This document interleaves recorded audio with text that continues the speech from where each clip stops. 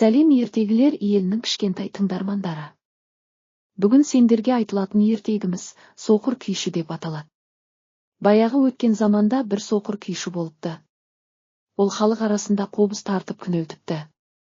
Бір күні ел көп жиналған жерде күй тартып отырады. Жиналған қауым тиын тебенін беріп тараған кезде сәнді киім киген біреу келіп шалдың қойнына қолын салады. Шал алдымен сасқалақтағанымен артынан ұрының қолын ұстай алады да: «Халқым-ау, тапа-тал түсте тонап жатыр», деп айғай салады. «Өзің шіреніп киініп алыпсың, сөйте тұра ғарып кісіге қиянат жасайсың. Ұялмайсың ба?»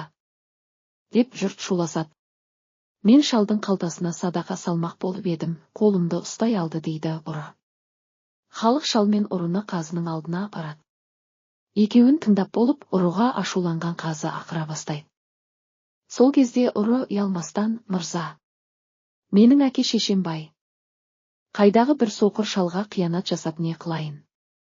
Садақа бермек болып едім, қолымды ұстай алды», дейді. «Сен сияқты сұмды тәрбиелеген қандай әке екен?» деп тепсінеді. «Мырза, сіз білесіз», дейді сонда ұры.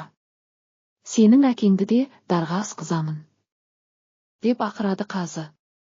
Ұры қазыға көзін қысып қойып: «Әкемнің беті бұдыр, арқысы күдір, есімі 30 күміс», дейді. Қазы ойланып қалады.